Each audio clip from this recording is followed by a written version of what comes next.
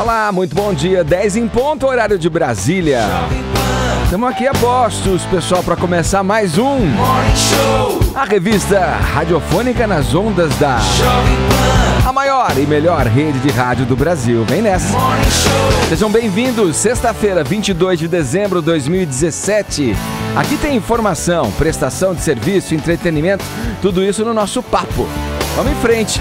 O Assinte, deputado cassado José Dirceu, envolvido nos escândalos do Mensalão e do Petrolão, vai receber quase R$10 mil por mês de aposentadoria da Câmara dos Deputados. A Voz. O que ela tem que os outros não têm? Já já você vai descobrir por que Samantha Yara é a grande vencedora da 6ª temporada do The Voice Brasil. Fica pra saber. O retorno. Jornalista Evaristo Costa intriga seus seguidores ao postar foto em que aparece num cenário de telejornal. Será que ele tá voltando à função de apresentador? A ver, meus camaradas.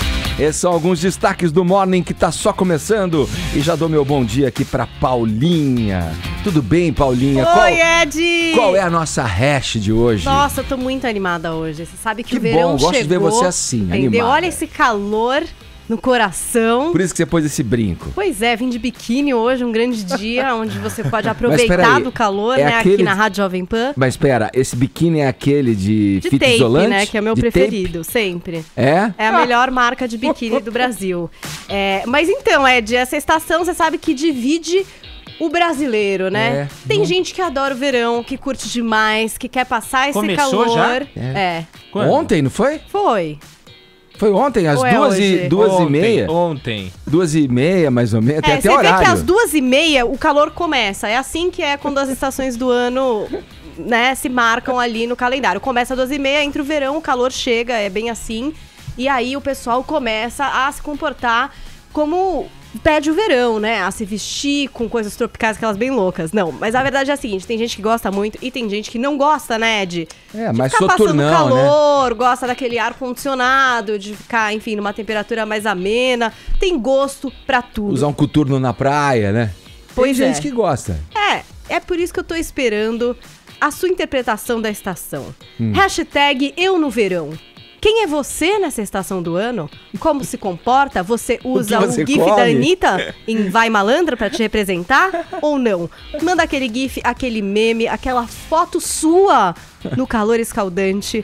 Hashtag eu no verão. E eu queria saber de cada um de vocês. Eu já falei aqui que adoro, que tô de biquíni de tape, curtindo essa estação, né? Tonholi, você é um cara que curte o verão? Não tem cara, hein? Olha, eu vou copiar a frase criada pela Danusa Leão. O calor é cafona. E você, Caio? Eu adoro o verão, detesto o frio, odeio o frio. Mas o Brasil nunca vai deixar de ser o Brasil, porque afinal de contas a gente manda uma feijoada daquelas em pleno verãozão, em pleno calor, 40 graus, a gente mandando uma feijoada. Esse é o Brasil, né? Aliás, tava final de semana agora tomando um sol meia boca, tava tomando um sol meia boca nublado com o Ulisses Neto, correspondente famigerado dessa emissora. Aí ele olhou e falou, rapaz, esse sol em Londres, meia boca, desse jeito, já faria metade da cidade parar e ficar em qualquer lugar tomando solzinho e tal. Imagina que tristeza morar num lugar desse.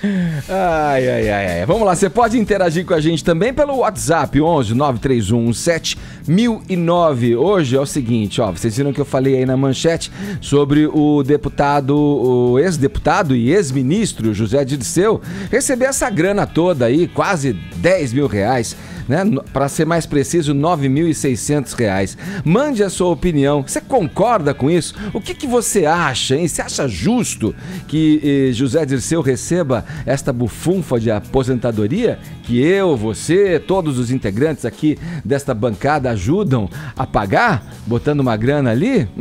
Diga aí, 11 931 17009. Pode mandar mensagem de áudio ou em vídeo, tá bom? Estamos aguardando a tua participação também pelo nosso WhatsApp. Vem com a gente.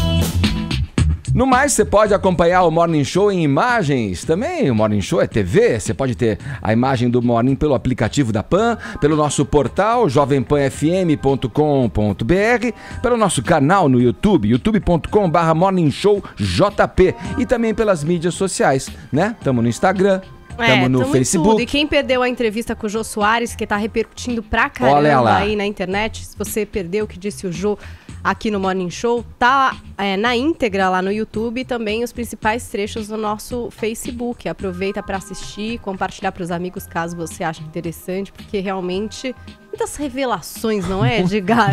De Jô Soares aqui no Morning Show essa semana. Então, ele gostou da parte final ali, principalmente da entrevista. Eu virei meio boi quando eu vejo aquilo e faço na qual ele discorre um pouco, brevemente, sobre a política brasileira. Você gostou dessa, né, Tonholi?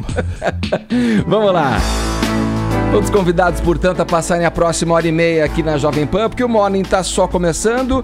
A gente vai falar de política. É o seguinte, meus amigos, quero tratar aí nesse começo de programa com vocês sobre essa história aí do José Dirceu, né? Justifica podemos justificar essa aposentadoria pomposa aí de Zé Dirceu? O que vocês acham? Será quase, como eu disse, R$10 mil mensais. Será que seria um prêmio pelos ótimos serviços prestados à nação brasileira? Caio, Tonholi, e aí?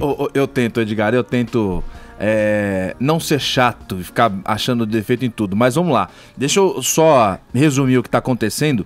Você falou bem, são quase R$10 mil, precisamente R$9.600 que o Zé Dirceu vai ganhar de aposentadoria, pelo tempo que ele teve na Câmara dos Deputados. Ele foi por quase 10 anos deputado, ele foi por quase 10 anos porque em 2005 o plenário votou pela cassação do mandato dele. Ele foi cassado por quebra de decoro, porque ele foi condenado por corrupção passiva pelo envolvimento no processo do Mensalão. Pois bem, e lembrando que o Zé Dirceu também já foi ministro, mas essa aposentadoria foi concedida agora, foi decidido ontem pela Câmara dos Deputados, pelo tempo que ele teve lá na casa. O Zé Dirceu, ele teve preso por esse mandato, por essa acusação do Mensalão, tá solto, mas tá correndo risco de voltar agora para a prisão porque foi apontado como participante do esquema do Petrolão agora. Foi descoberto, ou pelo menos há essa suspeita de que as empresas que pagavam para ele por consultoria, na verdade estavam pagando para falar: Zé Dirceu, vai lá, você que tem o corre lá na Petrobras, arma uns esquemas para a gente ter mais participação na Petrobras. Então agora ele está correndo o risco de voltar para a prisão. Aquele vídeo que saiu no WhatsApp esses tempos, dias atrás, um mês atrás, todo mundo viu ele dançando e tal, feito pela própria mulher dele, essa festa aí pode acabar. Mas ele ganhou essa vitória de R$9.600. O Rodrigo Maia, o presidente da Câmara, falou o seguinte: a gente não tem, porque todo mundo questionou, falou, cara, como é que vocês vão pagar para um cara que foi cassado e por só 10 anos como deputado? O Rodrigo Maia virou e falou, não há nenhum dispositivo legal que impeça a gente de pagar aposentadoria. O cara prestou o serviço dele, ele tem que receber. Aí, eu vou abrir agora a deixa. E, de novo, vamos voltar àquela discussão. Não existe dispositivo legal, mas existe dispositivo moral, Edgar? Bom, com relação a essa coisa da dança, eu não sei. Se ele recebeu a liberdade, tá tudo Não. A dança legal, é só aquela festinha que vai acabar. Tá? Só quis falar que, olha, ele tava dançando, tava felizão, mas pode ser que ele volte pra prisão de novo. Agora, e aí, Tonholi, o que você acha? O Dirceu, que inclusive, com essa história, me lembro que dentro da própria prisão, com o esquema todo de corrupção azeitado, ainda continuou recebendo dinheiro de dentro da prisão ali, né? Você se lembra disso? Desculpa, só pedir licença, só faltou um detalhe. Esse pedido de aposentadoria ele formalizou em abril desse ano, ou seja, já começa a ser pagado o salário a partir de quinta-feira, ontem, quando foi decidido, e no ano que vem, quando voltar do recesso, os deputados vão decidir como vão pagar o retroativo, ou seja, de abril até quinta-feira agora. E outra coisa, Caio, é que essa autorização pela Câmara dos Deputados veio no apagar das luzes do Congresso Nacional. Exato. Surgiu assim, né? O que você acha, Tonholi? Olha, eu não gosto do Zé Dirceu. Obviamente, acho ele um ladrão que fez vaquinha, né? Inclusive, quando estava recebendo dinheiro, ele fazia vaquinha. Só que nós temos que reconhecer os direitos adquiridos. Ele adquiriu esse direito, né? E foi um direito adquirido pela Câmara E da mesma forma que o ministro Marco Aurélio evitou num primeiro momento julgar o Aécio falando que a gente tinha que lutar pela independência de poderes, aí vai ter que ser expressa a independência de poderes. Tem que ser uma decisão da Câmara, não do Supremo. Eu vou ser sincero, eu já declarei aqui a minha posição a favor do antipunitivismo. Você pegar esses bandidozinhos tão antigos, tão repassados, como o Zé Dirceu, o Paulo Maluf, tem um negócio chamado pelo Humberto Eco de endoxa, que é a opinião comum. E a opinião comum hoje é uma opinião, citando de novo o editorial do mestre Joseval Peixoto ontem no final do Jornal da Manhã, ele tem uma opinião meio de idade média. Vai pra cadeia, apodrece, é culpado. Eu particularmente, eu não queria estar na pele do Zé Dirceu, nem do Paulo Maluf, por aí vai, nem do Garotinho, porque a exposição que esses caras já têm na mídia é a exposição, é o maior julgamento que tem, é o julgamento pela mídia. Haja vista que é maior pena do que você não poder. O Zé Dirceu, para trocar a tornozeleira eletrônica, teve que andar 30 horas de carro. Eu não tô negando que ele seja um bandidinho, mas ele andou 30 horas de carro até Curitiba, porque ele sabe que se ele entrar num avião, ele tá acabado. Então, a gente se colocar na pele desses caras, eles já estão condenados pela opinião pública. Eu não vou ficar entrando nessa onda de tem que morrer preso, que nem eu tava vendo hoje cedo, o maior bailarino brasileiro em Nova York foi afastado do corpo de dança da maior companhia de dança de Nova York, porque foi acusado de assédio feito há 10 anos, acusado numa carta anônima.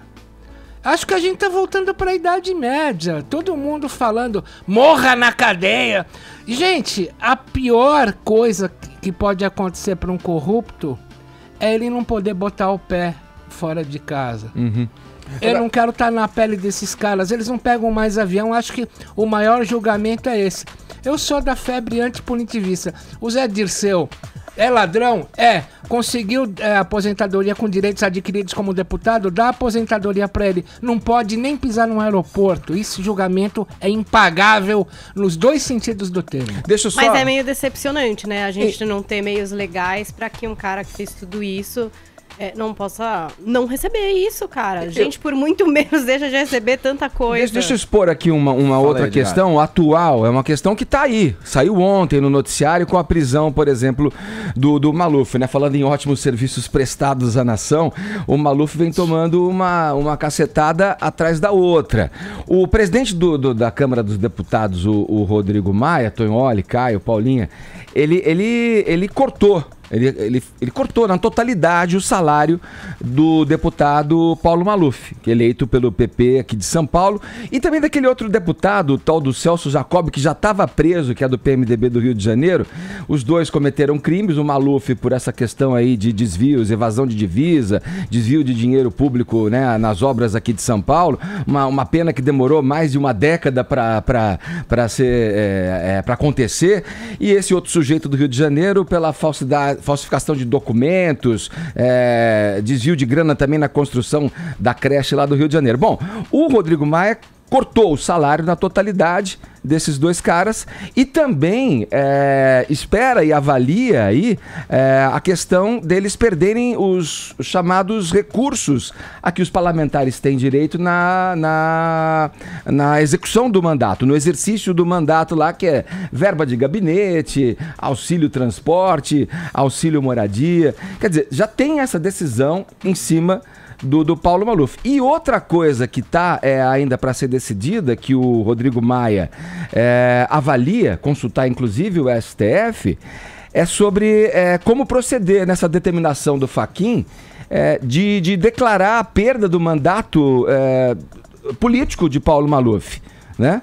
Segundo o Rodrigo Maia, tem algumas divergências, inclusive nas turmas do STF. Lá uns pensam que quem deve decidir isso é a mesa diretora, outros acham que é o plenário da Câmara que deve votar e decidir. Quer dizer, já tem uma decisão, que é recente, de ontem, do noticiário, que corta o salário do Maluf e ainda coloca ele sob risco de perder o mandato, aí que eu acho que acarretaria outras questões. A gente não está diante de dois pesos e duas medidas quando se olham essas coisas? O que vocês acham? Eu acho o seguinte, eu concordo quando o Tonholi disse que a gente não pode ficar berrando, tem que apodrecer na cadeia e tal, é o que eu tava falando ontem. Quem ouviu o programa ouviu. Não acho que tem que se plantar aqui a lei de Talião, o código de Hammurabi. Roubou, corta a mão. Estuprou, não é isso. Senão a gente vai ficar também, olha, tem que apodrecer e tal. Não é isso. Eu acho que violência só gera violência e tal. O cara é bandido, prisão perpétua, pena de morte. Não é assim. Eu acredito na ressocialização de todo mundo e tal. Só que eu fico muito constrangido, acho que como todo mundo fica, quando você vê esse tipo de coisa acontecer, porque o que a Paulinha falou, você não tem um dispositivo para cortar a pensão do cara. A partir do momento que você está condenado, na minha humilde, simples visão, é o seguinte, você perdeu o direito, velho. Você, a partir de agora, você só tem deveres, até você provar para a sociedade que você pagou a sua dívida e você pode ser ressocializado. Negócio de visita íntima, pensão, aposentadoria. Meu irmão, você errou com a sociedade, você falhou. Perca os seus direitos você está condenado a 9 anos a 7 anos e 11 meses, é o caso do Disseu. Nesse tempo, você não tem mais direitos, você daqui para frente só tem deveres. Se quiser reduzir sua pena, trabalhe para isso, cumpra tantos dias de trabalho para reduzir tantos dias de cadeia e daí por diante. Até perdi o outro fio da meada que eu ia falar, mas na minha visão é isso. Eu fico muito louco quando eu vejo essas coisas. Não tem direito. A gente só discute hoje em dia os direitos de quem tá fazendo besteira, de Dirceu, de Jacob Barata Filho, aí eu vou cair na mesmice. E não vou nem entrar na discussão de, olha, não se discute o direito de que da senhorinha que tá querendo um posto de saúde, porque senão eu vou cair no discurso populista e não é essa a minha intenção. Só pra eu concluir minha linha de raciocínio, aí quando se fala, esses caras estão constrangidos, é um constrangimento maior não poder pegar um avião. Bicho, eu tô com 30 anos, eu não posso pegar um avião a hora que eu bem entender, porque não dá. Não dá. Eu não esteja aqui todo dia de manhã pra trabalhar. E o sujeito que também tem que ir lá cuidar de não sei o quê.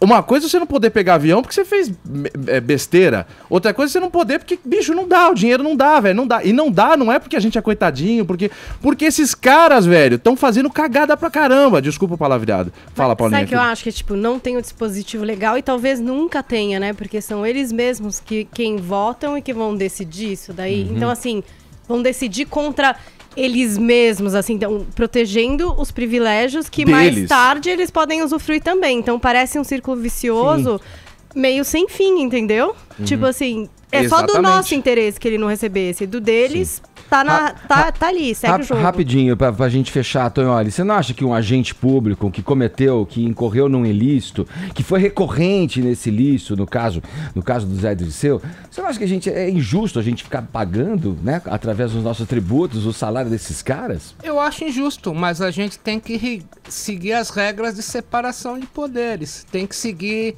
as regras. Se ele tiver que ter o salário cassado, que seja cassado pela Câmara, não pelo STF.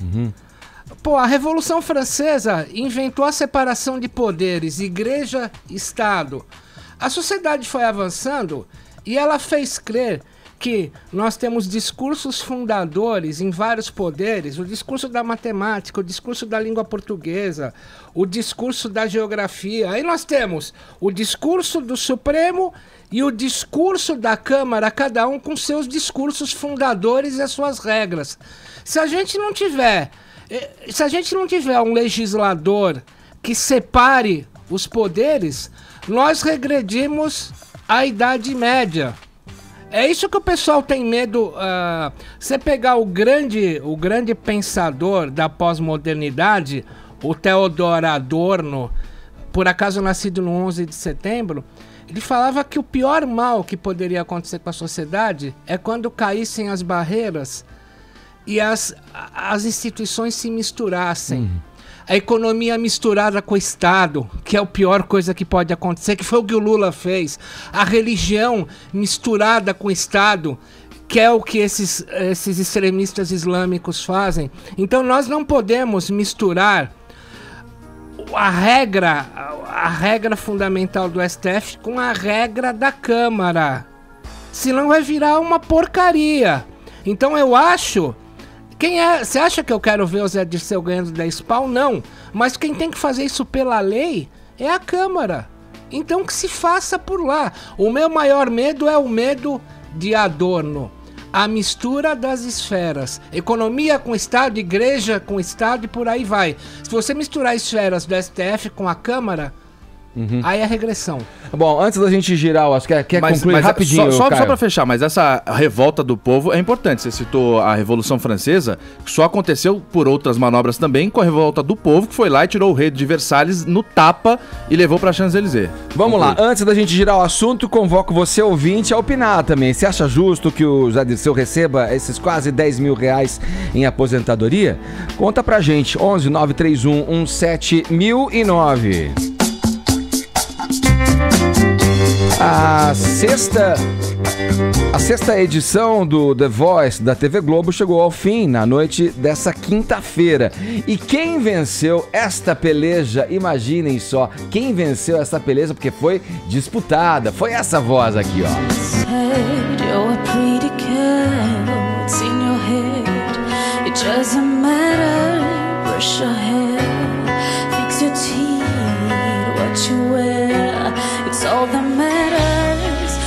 O nome dela é Samantha Yara. Você gostou? Você achou que era Beyoncé, mas não. Você gostou? Samantha Yara. Gostou do resultado? Eu acho que foi um resultado bom, principalmente pro Michel Teló, né? Que pela terceira vez é o técnico campeão do The Voice. Pra você que não assiste o programa, a gente tem ali vários participantes que são descobertos no virar das cadeiras, né? Essa música que a gente ouviu agora, a menina que ganhou fez exatamente pra se qualificar, né? Então ela se apresenta cantando, ninguém vê e as cadeiras viram.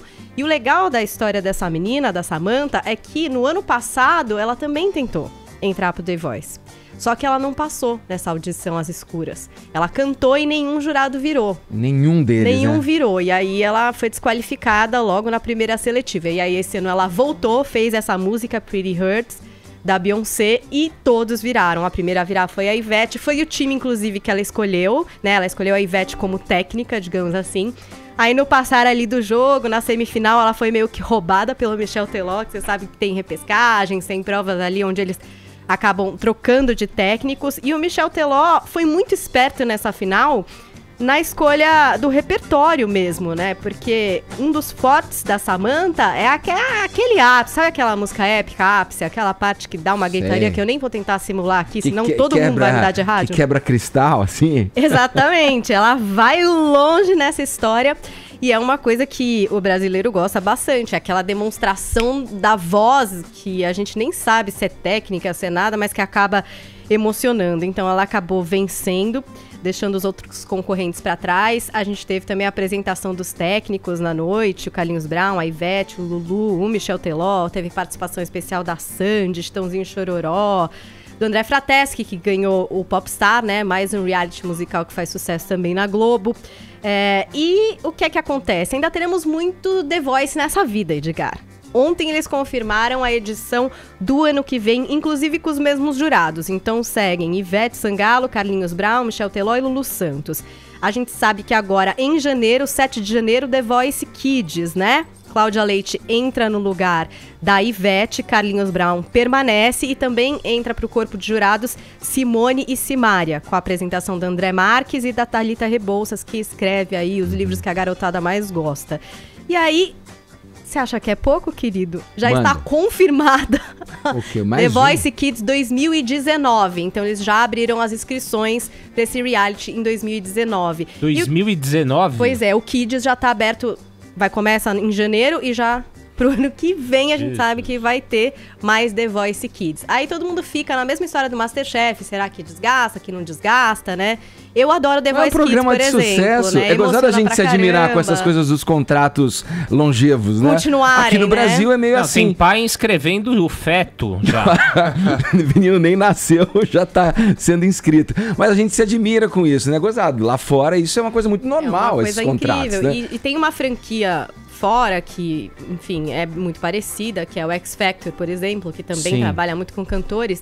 E esse ano a gente viu uma mudança interessante na edição da Inglaterra, né? O Simon Cowell, que é o grande cara desses realities competitivos, fez uma opção um pouco diferente. Eu imagino que aqui no The Voice talvez a gente caminhe para uma coisa assim, que é essa entrada de artistas que não só cantam, mas também são autores.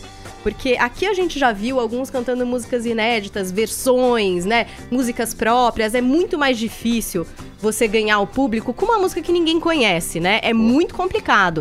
Lá no X Factor Tem que ter uma inglês... escolha boa, né, mesmo? No X Factor inglês tem uma menina que pode ser a próxima Adele, assim. Ela Sim. não ganhou porque perdeu pra uma boy band... Mas as músicas que ela cantava, você nunca tinha ouvido na vida e se emocionava demais. Então vamos ver se por aqui a gente vai pra esse caminho, que é de encontrar talvez um artista genuíno, né? Aquele cara que realmente é um grande artista, não só um grande intérprete, e que talvez possa emplacar aqui, porque eu queria ver um vencedor de reality virar um grande cara da música, né? Seria demais ver essa menina que tentou uma vez, foi recusada. Acho que só tem né? o Thiaguinho, né? É. O Thiaguinho que era do... Que nem ganhou, de fato. A Roberta, Era do Fama, né, o a Thiaguinho? Roberta Sá Roberta também, Sá. mas a Roberta nem gosta de falar muito, Pois né? é, ficou meio cafona aqui se falar sobre estigmatizado, isso, né? Quem participa, né? E- Agora, Paulinha, me responde uma coisa. Quantos anos tem que ter a criança? Até quantos anos pra... Cara, eu não sei qual é o limite, mas eu vou te falar. Mas The é Voice criança. É criança. Acho que os meus já não posso inscrever mais. Acho que os seus já enquadrariam como os adolescentes. Então acho que eu vou fazer mais um filho pra Faz participar. um bebê pra, em 2019, com 14º 2 já, anos, não? já poder participar do The Voice Kids. Vai ser Ô, Edgar, eu maravilhoso. sei que as proporções são muito diferentes, mas na tua opinião, que é um grande conhecedor de música, por que nos grandes festivais do passado apareciam tantos artistas que estão aí até hoje e nesses programas, nesses realities, a coisa não Eu acho acontece que é da por mesma essa forma? busca Meu do caro, artista completo. eu eram responderia com a duplas. urgência dos tempos de hoje e as mídias que comem, consomem. Antes você tinha um trabalho, uma carreira, uma estrutura, o cara lançava um disco, estudava um repertório, o disco saía em vinil, demorava pra chegar, o cara escrevia Você acha uma que tinha turnê tempo pelo pra Brasil. amadurecer um talento? Não, hoje tá tudo descartável. Eu acho que tinha tempo pra amadurecer um talento e quem conseguia, de alguma forma, não tô nem entrando em juízo de valor de modelo, né, de comércio de música, de gravadoras, nada. Mas quem conseguia ultrapassar ali aquela peneira das gravadoras, geralmente algum talento tinha. Hoje essa democratização, que é super bem-vinda e que dá acesso a qualquer pessoa que queira externar seu dom ou o dom que acha que tem, né? Pelas mídias digitais, pelos portais de música digital, tá aí para todo mundo. Mas nem todo mundo vai ter talento suficiente para se manter. Pablo Vittar. Brincadeira, Paulinha, brincadeira. Que ela fica brava se fala. Gente, Fala pra ele aceitar que dói menos, Paulinha. ele tem que aceitar Ela me olhou muito. com uma Eu já cara, é discuti brincadeira, cerca de brincadeira. 10 Pablo Vittar, horas se sem tiver ouvido, é parar nesse brincadeira. Aliás, tema. vamos fazer um convite para a Pablo Vittar vir ao nosso Gente, eu Morning Show. convidei, Paulinha. assim, tantas vezes esse ano a Pablo pra vir aqui e ela virá em algum momento, eu não sei, já quase teve esse momento, Sim. né? A gente chegou até a anunciar, aí houve um cancelamento que me fez chorar durante uma semana e agora a gente segue esperando Ela vem. que ela venha aqui ao programa fazer um bate-cabelo, provar que é Avatar, E acho que eu vou ter que ficar na ponta do pé pra dar um abraço nela, Paulinha. É isso mesmo? É gigante. É isso, né? porque pelo que a gente pode ver por imagens, ela é bem alta, Ele né, baixa. Pablo? Vamos lá, tem mais um trechinho aqui, olha, da música cantada pela Samantha Yara. E a música que elevou ela ao topo máximo do The Voice. Fez ela entrar pra disputa e vencer, né? Persistente a garota.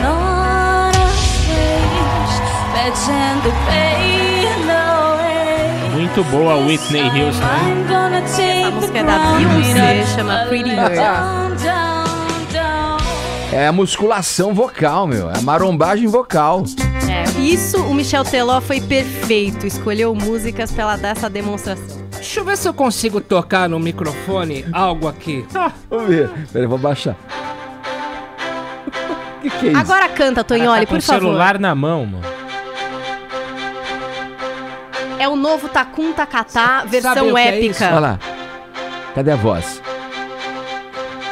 Tacum, tacatá, tacum, tacatá, tacum, tacatá, tacum, tacatá. Sabe o que é isso? O que é isso? É o meu Garage Band, acabei de compor isso. Olha lá. Você é um gênio da música, Aqui, ó, eu Tonholi. sou um gênio da música, numa camerata. Uma camerata, cara, com 5 Sabe instrumentos o que é o de corda. sinal disso? Hoje você não precisa mais. Eu venho de uma geração, e você também, Ed, em que a gente estudava música. Eu estudei música Então, horas por dia. Eu perdi minha adolescência para guitarra e para o violão clássico. Hoje, não, você já tem plataformas prontas que te permitem compor coisas tendo apenas noção. Então, o que acontece? Como cada um virou uma mídia, nós saímos da época da mídia de massas e fomos para a época da massas de mídia. Como cada um é uma mídia, você fazendo uso dessas poucas tecnologias e bastante variadas, você consegue fazer trilhas do it yourself. É um bric-a-brac, é uma bricolagem generalizada. Então sai o conhecimento, por exemplo, na área da música, precisa ser um profundo conhecedor. Por exemplo, o Lulu Santos é um profundo conhecedor de música, de longe é o melhor guitarrista brasileiro. Agora, sai de moda esse conhecimento profundo nas coisas e entra o conhecimento rápido de colagem. Nisso, também sobe a velocidade dos hits e diminui a velocidade dos hits ficarem em primeiro lugar. Você tem uma hiperventilação do talento musical por causa da facilidade de se fazer um corte e cola. O mundo musical virou um corte e cola e a durabilidade de uma música em primeiro lugar desapareceu. Uma das razões desses hits serem hits descartáveis, né? Ele só surge e aparece com a mesma rapidez. Vamos girar? Vamos para mais um assunto? Fala, Paulinho, você queria acrescentar alguma coisa? Eu queria mandar um beijo pra Lady Gaga. Ela essa tá mulher ouvindo, que tá totalmente indo contra essa maré do Tonholi. Beijo, Gata. Vamos chamar a Gaga também pra vir aqui. Ela vem sim, ela quer. Que ouve o Morning Show. Os brasileiros estão atrás de um novo emprego, é o que constata um levantamento do Google, Caio. Como é que é essa história? Essa história é o seguinte, o Google pega e faz um balanço das maiores buscas durante o ano, né? Todo ano ele faz isso. E aí, a busca por comportamentos novos, eles chamam de a busca por resoluções, né? Cresceu bastante em relação desse ano em relação ao ano passado. 26%, para ser mais preciso. É o pessoal buscando coisas assim, tipo, como aprender algo novo, onde fazer um curso novo, como mudar completamente o estilo de vida e tal. E o que chamou bastante atenção é que dentre essas pessoas que buscam algo novo, o Google levantou a orelha e falou, opa, aí tem. Aí pegou um grupo de 4 mil brasileiros e viu que desses 4 mil, 55% estão fazendo busca relacionada a emprego. Os termos mais procurados foram, deixa eu ler aqui, que nem eu entendo a minha letra. Como conseguir um trabalho novo, como montar um currículo, vagas para emprego, e aí o pessoal também começou a apelar para, olha só, para as entidades, o Edgar. Ixi. Dentre as buscas relacionadas a emprego com a religiosidade, tem assim as buscas mais feitas, né? Simpatia para arrumar um emprego novo, oração para arrumar um emprego novo, simpatia para arrumar um emprego novo em 3 dias, simpatia infalível para arrumar um emprego. Você vê que vai crescendo, né? O pessoal tentou a primeira vez. Simpatia infalível para arrumar um emprego é coisa para virada já. Exatamente, já tá no final, né? O cara já tá desesperado, pelo amor de Deus. Tentou em 3 dias, não veio, simpatia infalível. E vai tentando, e vai tentando, e vai tentando. Isso aí mostra que... Não sei nem o que mostra. Será que o pessoal tá desesperado? Ou esses sinais de economia melhorando? O pessoal tá falando, acho que agora eu consigo algo melhor. Não sei. Cara, vamos lá.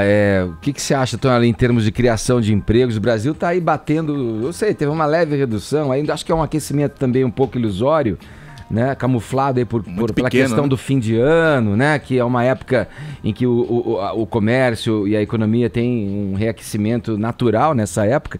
Como é que você vê aí a criação de empregos? O que a gente pode esperar para o ano que vem? Bom, primeira coisa, nós seguimos com 13 milhões de desempregados e o aquecimento que teve na economia no último trimestre foi por conta do trabalho autônomo.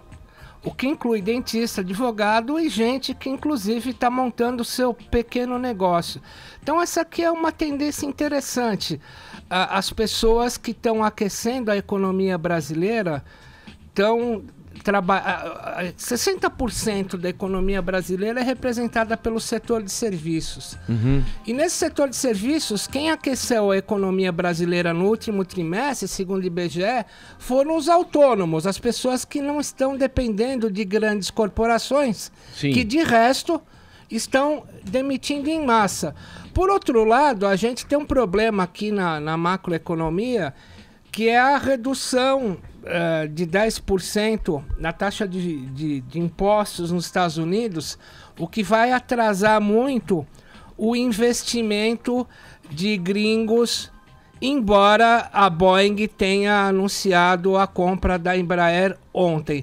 Mas a redução da taxa de impostos nos Estados Unidos vai dar uma pioradinha na nossa economia, até porque Henrique Meirelles, o ministro da Fazenda, virtual candidato do PSD à presidência, esteve ontem na televisão e falando que ele vai aumentar impostos. Agora, vamos falar um pouco mais na questão, é uma questão muito inteligente, se você pensar do que o Trump está fazendo. A iminência de uma guerra e a economia.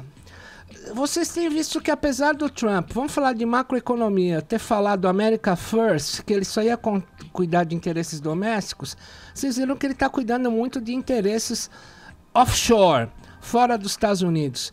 Para explicar isso, você tem um economista russo bem interessante chamado Kondratiev, que foi fuzilado pelo Stalin. Ele fala que toda vez que você cria uma nova tecnologia, você aumenta o encalhe, porque você reduz o tempo de produção, e quando você aumenta o encalhe, você tem que ter uma guerra para acabar com o encalhe.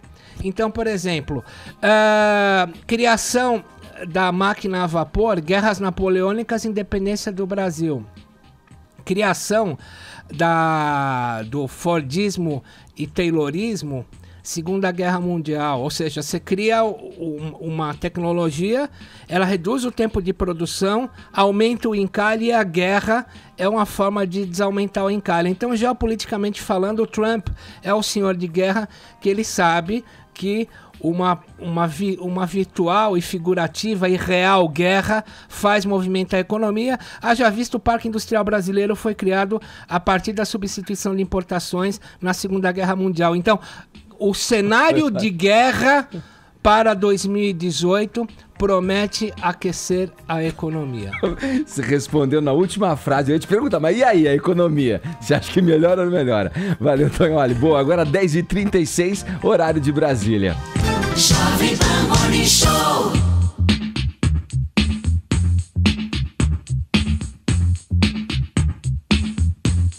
Vamos em frente, esse é o Morning Show aqui pela Rede Jovem Pan. Um ex-deputado de Mossoró, pois é, pode abrir um precedente para que haja censura prévia na internet.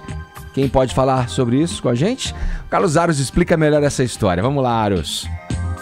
Fala, Edgar, pessoal do Morning Show, tudo bem? Beleza. Olha só, uma decisão do Superior Tribunal de Justiça diz que os provedores de acesso têm responsabilidade subjetiva pelo conteúdo gerado por terceiros. Calma, não precisa desesperar, eu vou explicar que história é essa. É um caso de uma ação que foi movida contra o Google para retirada de conteúdo de um blog. Mas mais do que a retirada de conteúdo de um blog, que teria páginas, postagens ofensivas contra uma política da cidade de Mossoró, uma ex-deputada lá de Mossoró, o que essa ação queria era, na verdade, que o Google impedisse que um outro blog como esse fosse reativado para além da suspensão do serviço. E aí, claro, essa ação foi passando por todas as instâncias até que chegasse no Superior Tribunal de Justiça. E aí, a decisão da relatora do caso chamou a atenção quando ela usa essa expressão, a responsabilidade subjetiva. Então, trocando em miúdos, é basicamente o seguinte, o Google não se limita a abrigar o conteúdo.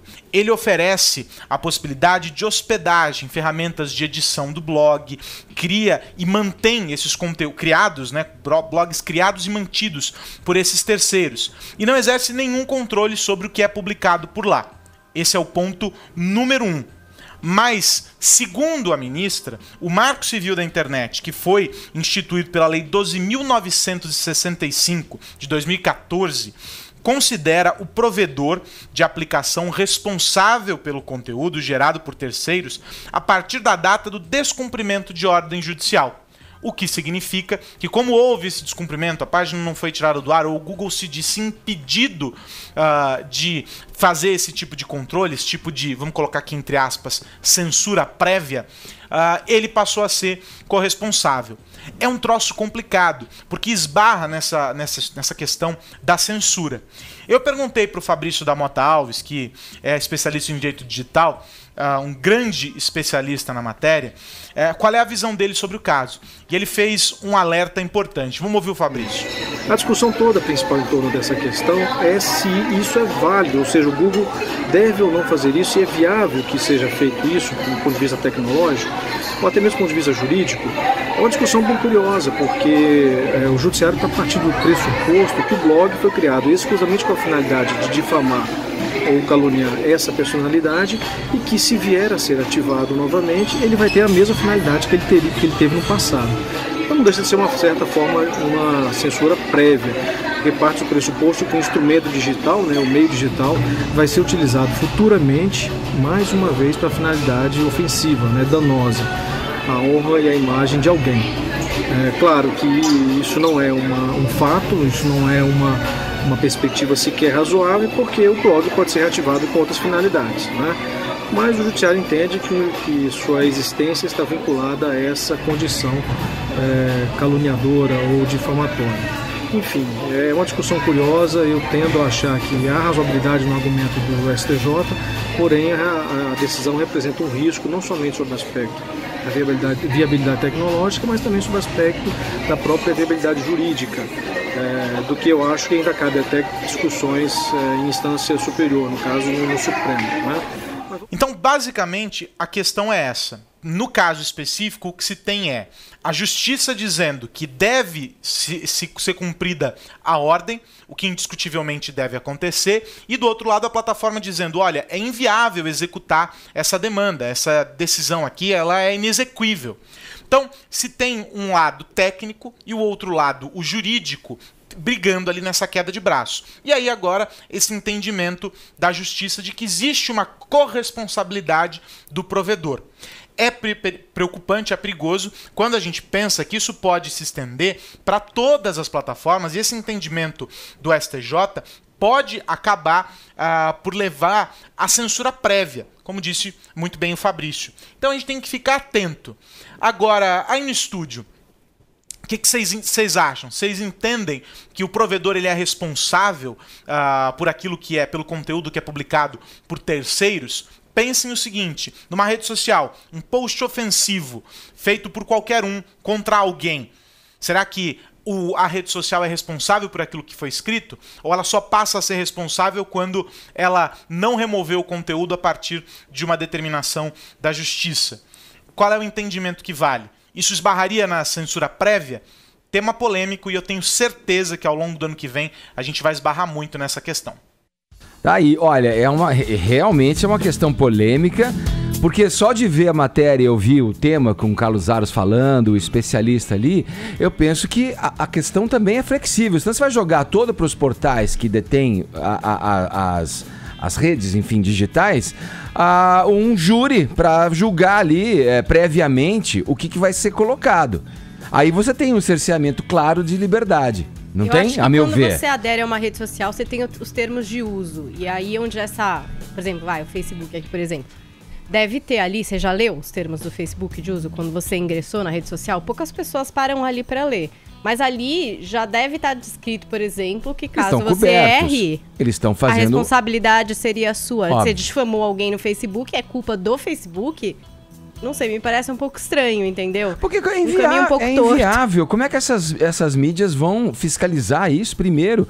Até já houve casos em que conteúdos ofensivos foram retirados. E que sejam, isso aí é legal, que continuem sendo retirados, né? Até porque o implemento da justiça que atinge esses casos, digamos, digitais, ele vem sendo feito. Ainda não está no ideal, mas, Caio, olha, é uma coisa realmente difícil, até pela dimensão que isso tem e pela falta de controle, pelo menos aparentemente, que se tem sobre o que se diz, o que se fala nos meios digitais, não? Olha, eu pra ser sincero, eu comemoro. Ontem, 14h28, essa notícia foi distribuída pela assessoria do STJ, inclusive com cópia do acórdão da ministra Nancy Andrighi, e eu vou dizer que eu comemorei.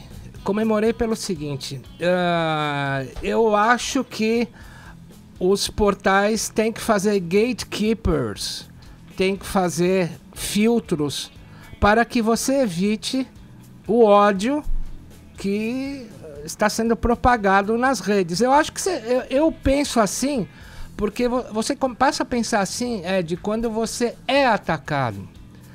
E já existe ações por aí em que o portal fica responsável por fornecer o IP, a impressão digital daquele que fez o comentário. Porque tem gente, eu vou contar um caso aqui, por exemplo, tem um cara que fez comentários bárbaros sobre uma pessoa, ele colocou num site, a justiça pediu pro site quebrar o sigilo e dar o IP, teve que dar o IP, foram atrás do IP, era o IP, a impressão digital de um computador público de uma grande livraria de São Paulo, e a pessoa identificou quem era que estava postando a partir da câmera da grande livraria. Então eu acho que as pessoas têm que ser responsáveis pelo que elas escrevem, certo. E há uma corresponsabilidade do portal que as publica. Essa história de colocar o portal não é responsável por comentários individuais, o caramba, é sim. Você está dando base para ataques, você tem corresponsabilidade em divulgar o ódio. Caio?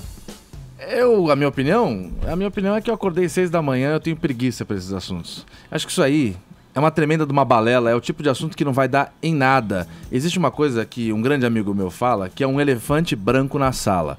Esses deputados, Mossoró fica no Rio Grande do Norte.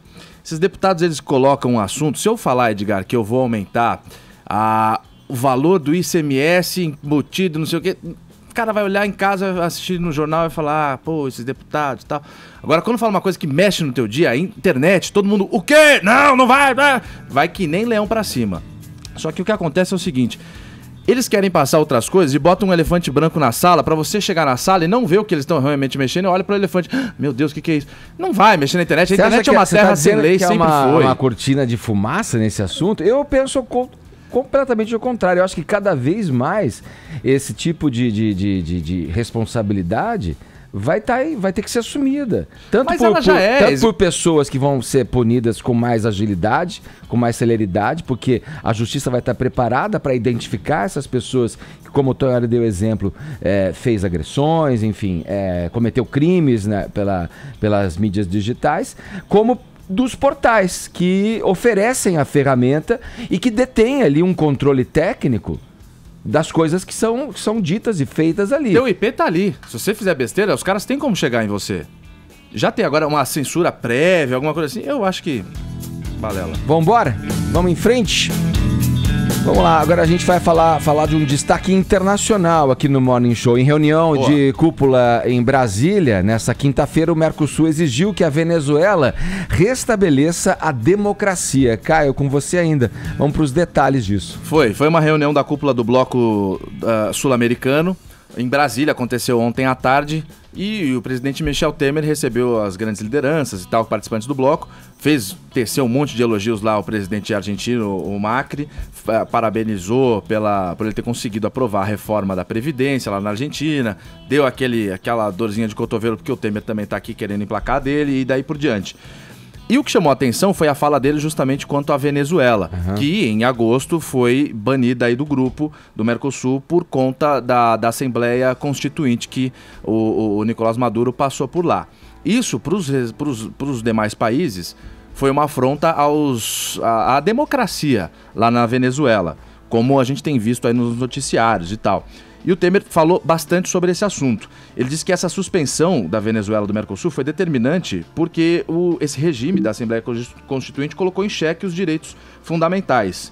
Temer disse também que a democracia foi conquistada com muito custo aqui na América do Sul e por isso uma decisão dessa do Maduro bota em xeque o que que já levou anos para ser conquistada. E aí falou que defender a democracia é respeitar e manter a fidelidade aos compromissos assumidos no Mercosul e daí por diante. A frase principal disso tudo foi: a gente pode receber de novo a Venezuela de braços abertos. desde que o Nicolás Maduro restabeleça a democracia na Venezuela. Essa não foi a primeira vez que a Venezuela é licenciada, vamos colocar dessa forma, aí do Mercosul. Em 2016, ela já tinha sido, depois de muito lobby ali, muita pressão do Brasil, da Argentina e do Paraguai para que a Venezuela saísse, ainda tinha uma resistência porque o presidente uruguaio não queria, mas ele já acabou acontecendo isso em 2016. Voltou, saiu em agosto agora com a Assembleia Constituinte. Em 2016 ela tinha sido expulsa porque, quando ela aderiu em 2012, ela assinou uma porção de compromissos e não cumpriu. Então essa é a segunda vez que, na visão do Mercosul, há uma violação da cláusula democrática que todos os países que aderem têm que assinar. Então, olha, quer comentar? Não, geopoliticamente, desde que a partir de setembro o governo Trump começou a abanar o rabo para o governo brasileiro no sentido de fazer uso da base de Alcântara no Maranhão para usar para foguetes americanos, há uma aproximação geopolítica do governo Temer com os Estados Unidos. Isso ecoa na medida em que o Temer amplifica as críticas a Maduro, porque nós temos um outro alinhamento geopolítico muito diferente daquele do governo Dilma. Para citar o Chico Buarque, como é que ele falava na campanha da Dilma? Ela fala grosso com os Estados Unidos e fala manso com a Bolívia, lembra disso? A geopolítica agora é outra alinhada, então o Temer tende a seguir os ditames de condenar a Venezuela até a última gota de sangue. Falado, vamos lá, ainda sobre a América Latina. A gente ontem falou aqui do processo lá no Congresso peruano.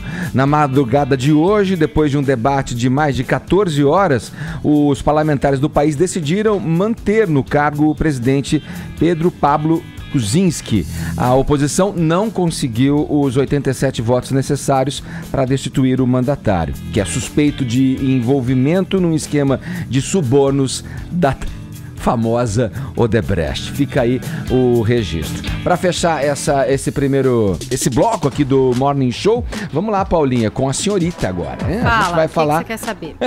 Quero saber da mais nova contratação da televisão brasileira, pô. Ou da televisão, sei lá, britânica, né? Que história é essa? Depois de sair da TV Globo, o Evaristo Costa vai voltar a apresentar um telejornal? Conta pra gente. Será? Oba. Eu quero saber, você que pode nos dizer. Você sabe que eu tô aqui junto com a FBI da internet numa investigação, tô pondo arrobas aqui, a gente já tentou checar com a Sandra Nemberg isso daí, não obtivemos respostas, entendeu?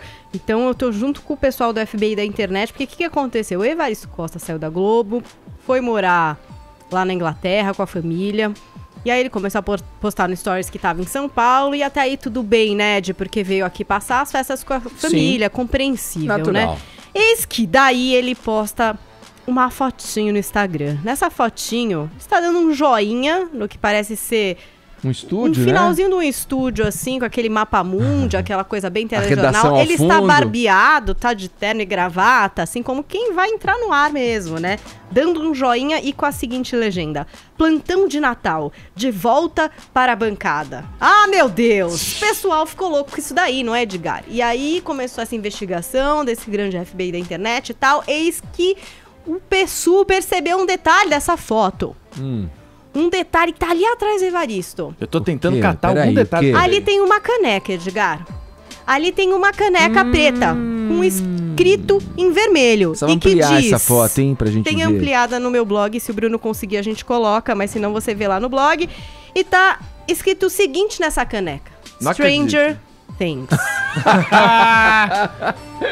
Que demais. De acordo com a nossa apuração aqui na internet, com a ajuda de milhões de internautas, isso seria uma ação da Netflix com o Evaristo para promover Stranger Things. Nada está comprovado nessa teoria, tá? Não tivemos Sandra Nemberg dizendo que não vai ser mais parceira, não tivemos BBC anunciando essa contratação, nem a Band, nem ninguém.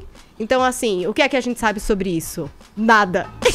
Tony, você que essa assiste foto aos fez. principais jornais do Brasil lá. e do mundo, da onde que é esse cenário aí em que está o nosso querido Evaristo Costa? Olha, Volta a foto aí, Brunão, pro Tonho Oliveira. me parece... Redação é essa, Me Tom? parecem as luzes psicodélicas azuis do 24º andar da Rádio Jovem Pan. Meu Deus! Informações privilegiadas de Cláudio Tognoli dizem que Evaristo Costa fez essa foto aqui, na Rádio Jovem Pan. Será verdade ou será apenas um caso estranho? Não sei. A gente tá aqui pra confundir. Pô, mas o cara, se ele voltar agora pro trabalho, ele vai botar em xeque tudo que ele disse. Olha, eu tô saindo da Globo porque eu preciso Quem de um nunca, sabático. né, Caio? As pessoas não são tão assim na linha reta. Ele Sim. pode E voltar a mudam trabalhar de a qualquer ideia. momento. Sim. Pode É mudar de verdade, ideia, eu tô sendo né? muito radical. Não é né? verdade? Agora vamos Fatal. esperar pra ver se isso aí foi uma brincadeirinha mesmo da Netflix pra promover Stranger Things, né? Quanto pingou de cacau nessa conta, que é o que eu gostaria de saber, se isso foi um public post. Coisa feia, Paulinha. Não pode eu querer sempre saber. Mas gosto ó, dessa se foi pergunta, eu sempre public quero post, saber. tá muito discreto esse. Não foi sinalizado, Ah. sabe? Foi muito subliminar. Ah, muito, muito. Vamos aguardar pra descobrir. Se O foi, FBI se foi um cravou. public post, foi grátis. É, lógico.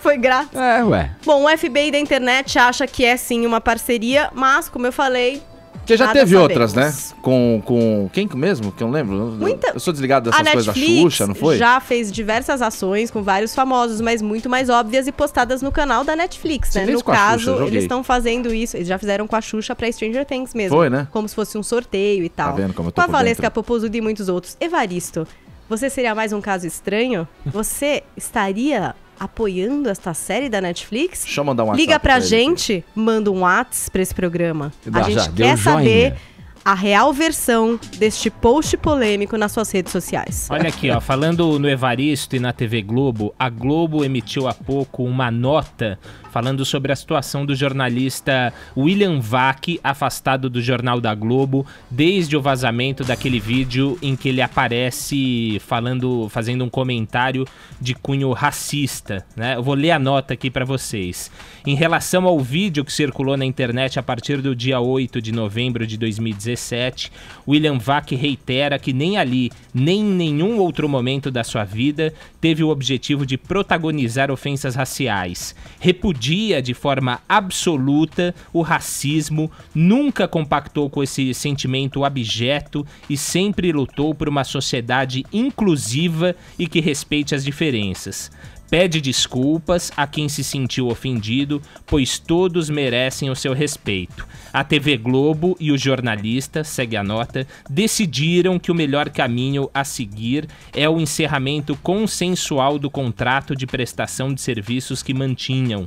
A TV Globo reafirma seu repúdio ao racismo em todas as suas formas e manifestações e reitera a excelência profissional de Vac e a imensa contribuição dele ao jornalismo da TV Globo e ao brasileiro. E a ele agradece os anos de colaboração. Edgar, quem assina essa nota é o diretor de jornalismo da TV Globo, Ali Camel. E aí? Nossa. Tonho, assim, vamos lá. 11 horas, 2 minutos, horário de Brasília. Morning Show, e aí, olha só, temos a hashtag, mais uma hashtag vitoriosa pelo jeito, hein, Paulinha? Olha, estamos sim entre os assuntos mais comentados do Brasil, com Eu no Verão, muitos gifs, muitos memes e muitas opiniões Olha aí. aqui, né?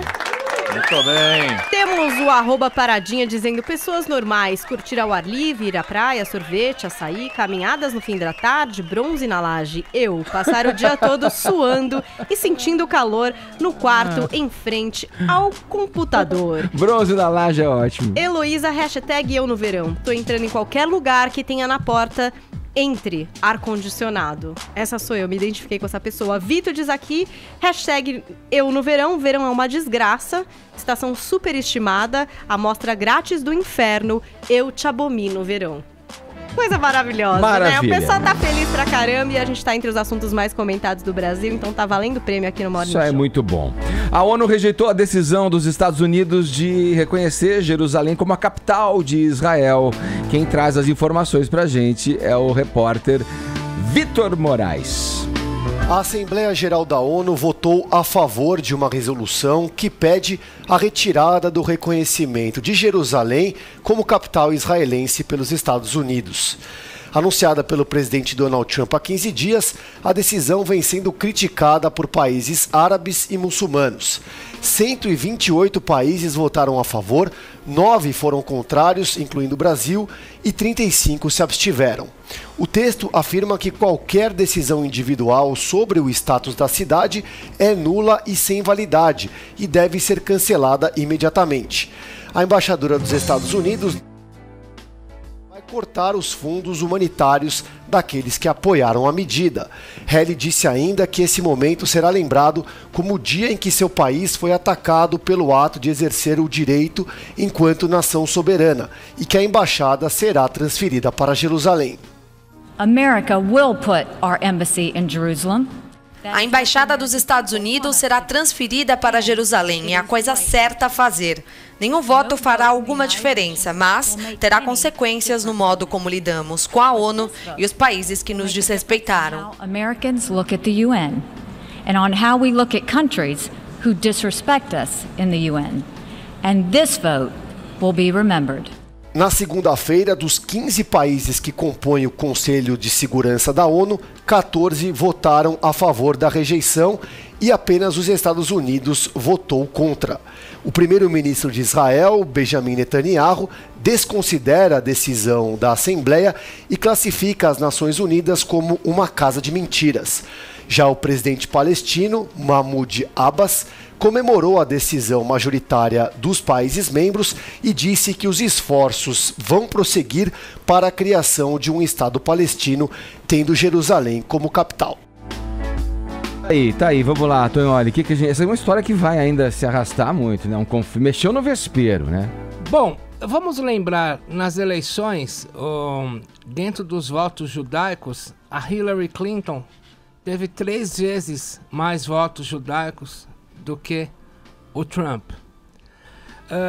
A questão que fica é que, a partir do momento da construção da embaixada norte-americana em Jerusalém, o Donald Trump perderia o protagonismo de poder negociar com outras partes, eu digo palestinos e afins, e que, portanto, ele perderia o protagonismo para Emmanuel Macron, que manda no Líbano, e o Putin, que manda na Síria.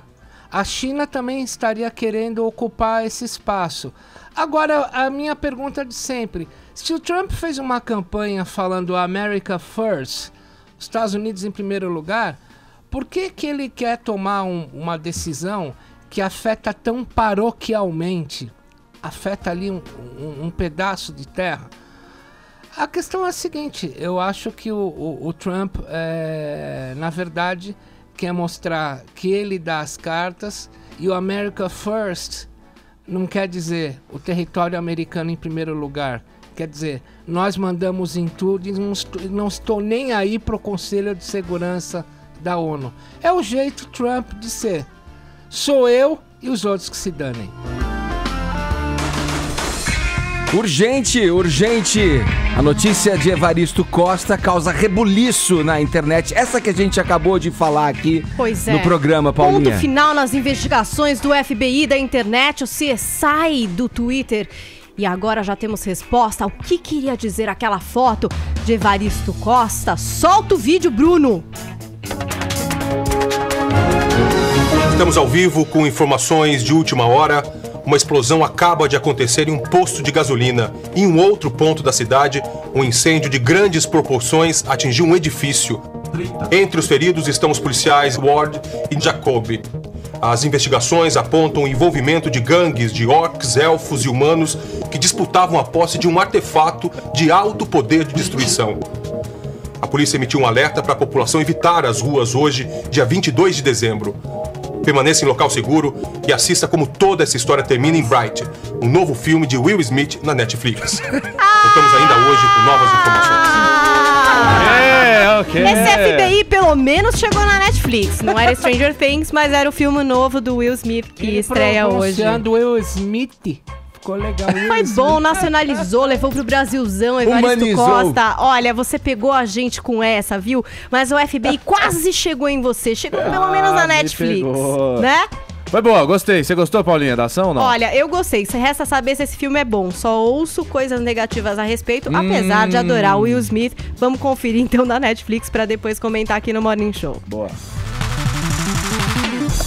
Seguindo aqui na política no Morning Show, a gente vai pro Rio de Janeiro. Temos novidades em relação a duas figuras de reputação ilibada, vejam vocês. Me refiro aos ex-governadores Sérgio Cabral e Antony Garotinho.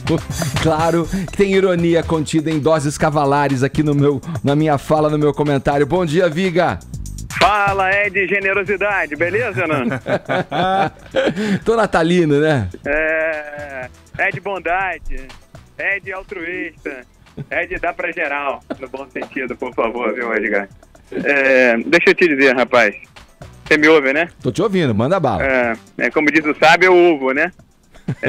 Meu caro Edgar, mais uma decisão aí, daquelas que vai no cerne dos investigados da Lava Jato aqui no Rio de Janeiro. O Sérgio Cabral, eu tenho apelidado ele de O Colecionador.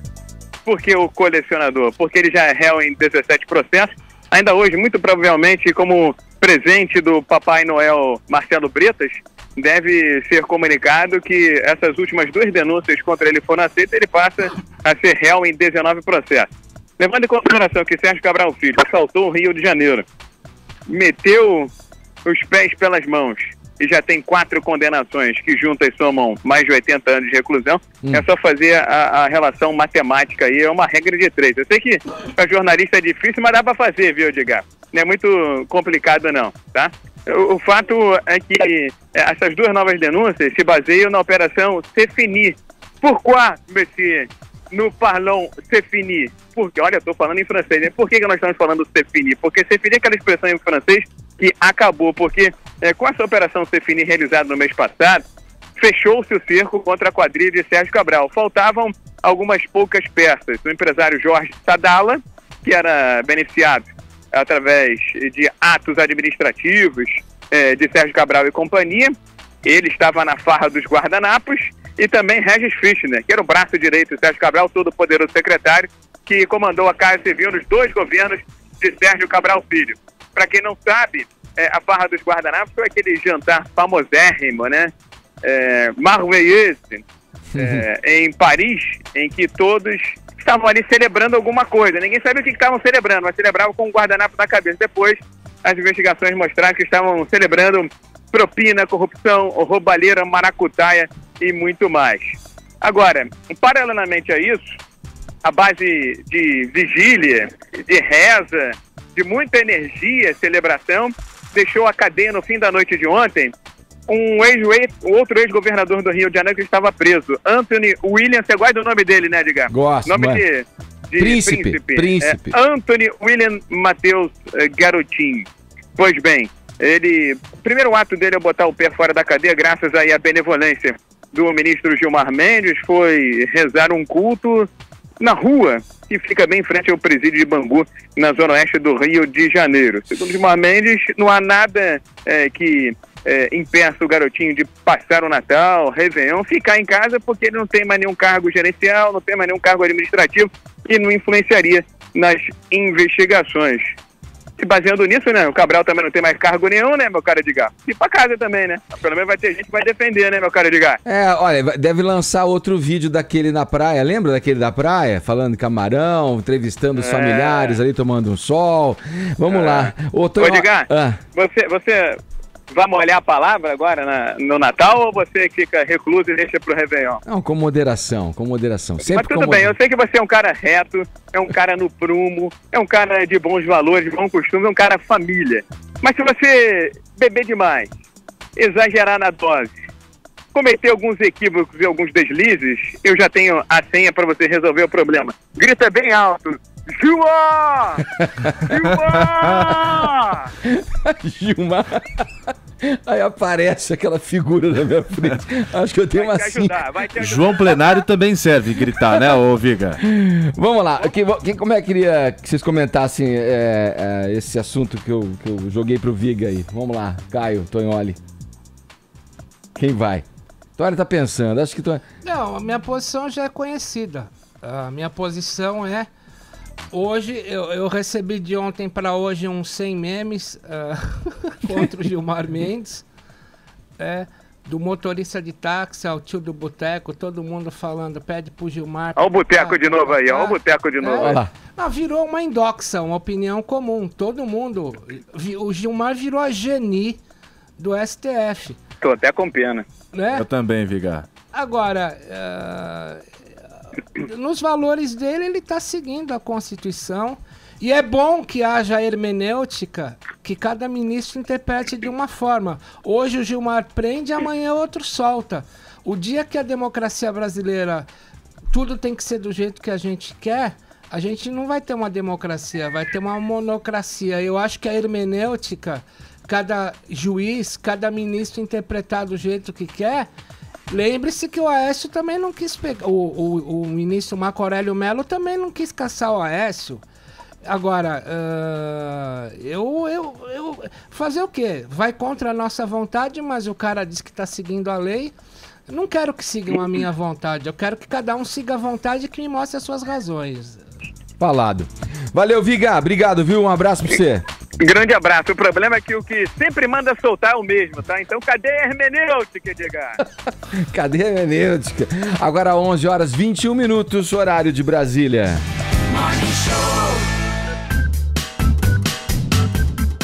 Eu não sei, tem gente que tá animada pra essa próxima nota aqui agora, viu? Já tá até dando dançandinha, tá toda dançandinha no banco aqui.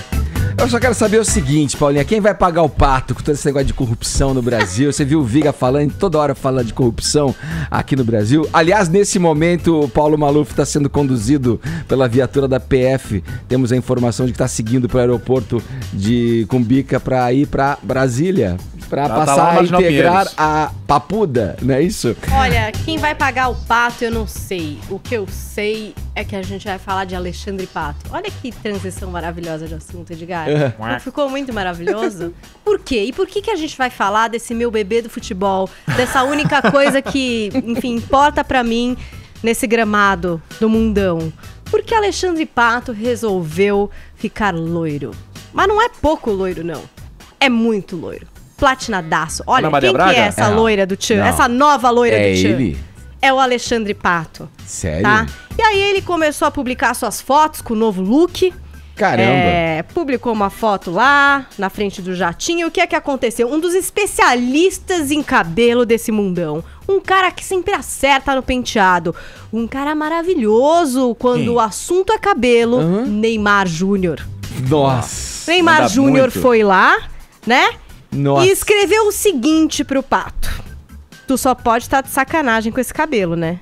Tá querendo irritar alguém? Tá muito ridículo. Que amigo? Com um amigo como esse, não é quem precisa de inimigos. Neymar tirou uma com a cara do Pato. O cabelo platinado, o Pato platinado, né? Ô Paulinha, esse loiro tá mais pra Supla ou pra Ana Maria Braga? Eu acho que Supla e Ana Maria Braga são quase a mesma pessoa, então a gente pode colocar o Pato e virar 3 pessoas muito parecidas. Teve muita zoação com o Pato, ele virou meme. Brincaram também com uma montagem, ficou muito boa essa montagem, né? A Fiorella, com a Bruna Marquezine. Vocês se lembram de uma foto, as duas de biquíni, num mar maravilhoso, azul, né? Elas estavam de férias. Aí colocaram na cara da Bruna o Neymar. E na cara da Fiorella, o Pato loiro. Ficou bonito demais. Ficou um meme, assim, simbólico, maravilhoso. Também colocaram ele à frente da Caverna do Dragão. Colocaram ele como a princesa de Frozen, né? Essas bobagens são muito engraçadas. Ele não tá mais com a Fiorella?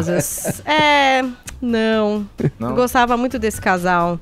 Mas enfim, brincaram muito com o Alexandre Pato. Eu não sei o que vocês acham, se Neymar tem ou não moral pra falar do cabelo do Nenhuma, Pato. né? Pois é, eu até fiz uma batalha de bate-cabelos lá no meu blog. O Neymar só ganha em matéria de cabelo do Ronaldinho Gorducho. Porque teve o Cascão que foi inesquecível pra você. Você nunca conseguiu superar isso. Imbatível o Cascão. Eu queria dizer pro Alexandre Pato que ele não tem como ficar feio, pode ficar com esse cabelo platinado por um bom tempo, ninguém deixa, vai né? ligar. A Se menos, quiser né? voltar, Menos. raspar, entendeu? Poucos homens podem se comportar como você e ser maravilhoso desse jeito. Vem no Morning Show e é isso. Um Tá bom, beijo, já fez- Alexandre Pato. Já fez sua campanha. Vamos finalizar essa edição e essa semana no Morning com música, falando de música. Hã? Olha que legal. Vejam só vocês. Escutem essa. São os meus filhos. E o sol queimando meu jornal, minha voz, minha luz, meu som. Todo homem precisa de uma mãe. Todo homem precisa de uma mãe. Esse é um trecho de Todo Homem, que é o primeiro single a sair, a ser lançado do álbum que vem aí pro ano que vem, o chamado Ofertório, em que o Caetano é ladeado pelos filhos, né? Eles já fizeram uma turnê pelo Brasil, rodaram pelo Brasil fazendo shows, os quatro, o Caetano, o Moreno, o Zeca e o Tom Veloso. Inclusive esse show foi registrado em DVD e vai sair também no ano que vem com esse novo álbum da família, né? Um primeiro onde reúne todos os filhos. E é curioso que essa música que a gente está ouvindo, que é o primeiro single, chamado Todo Homem, é uma composição do Zeca Veloso, que é o filho que menos se expressou até o momento musicalmente, embora tenha uma voz linda, uma voz cristalina, uma voz inusitada até, né? Uma voz afinada, cristalina, Parece Bon né? Iver. Não é? Eu achei bem Incrível, ele toca o piano Rhodes, o piano elétrico ali e canta essa canção ao lado dos irmãos. Os outros a gente já conhece, o Moreno, né? Que tem álbuns lançados, já tem discos solos, uma carreira até consistente. Tem o projeto Mais Dois com o Cassim e o Domênico Lancelotti. E o Tom Veloso, né? Que é o mais novo. Que, segundo... inclusive tem até um depoimento do Caetano, né? Que diz que o Zeca, quando já não achava que pudesse encontrar um lugar na música, veio com uma sacola cheia de composições legais. Muitas dessas composições compõem esse álbum que vai ser lançado, como eu disse, no ano que vem e tem o título de Ofertório. O Tom, o mais novo, também é conhecido pelo trabalho com a banda Dônica, né? Ele que integra a banda Dônica, que lançou acho que é questão de 2 anos, um álbum chamado Continuidade dos Parques, que tem muita referência, não sei se você chegou a ouvir, o Dônica, muita referência de rock instrumental progressivo. Desculpa, esse pessoal aí do Caetano você não- só entra em casa a bala. Isso é preconceito, tá? Não, mas minha alma não suporta isso. Não bate. Minha alma é refratária à baianidade caetânica. Baianidade caetânica. Essa voz, por exemplo, parece eu cantando, meu. É linda a voz dele, a sua voz é linda. A sua voz, Toioli, a sua voz não tem olha o igual. Toioli, põe o Toioli cantando agora. Vai, Togues. Peraí, ó, Vai. ó. O meu!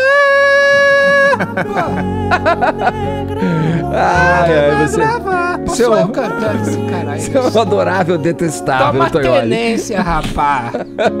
Tá aí, olha, Ofertório, então, o disco que vem com o Caetano Veloso e os seus filhos, pra ser lançado no ano que vem. E assim a gente fecha essa edição do Morning Show, prometendo voltar a segunda-feira, semana que vem, com mais uma edição aqui do nosso... Natalina, ho, ho, ho, Exatamente. gente! A nossa Boa noite de revista Natal pra radiofônica. vocês, hein? E aí? Muito bem, a gente teve aqui E na aí? nossa hashtag campeões, afinal estamos aqui entre os assuntos mais comentados do Brasil.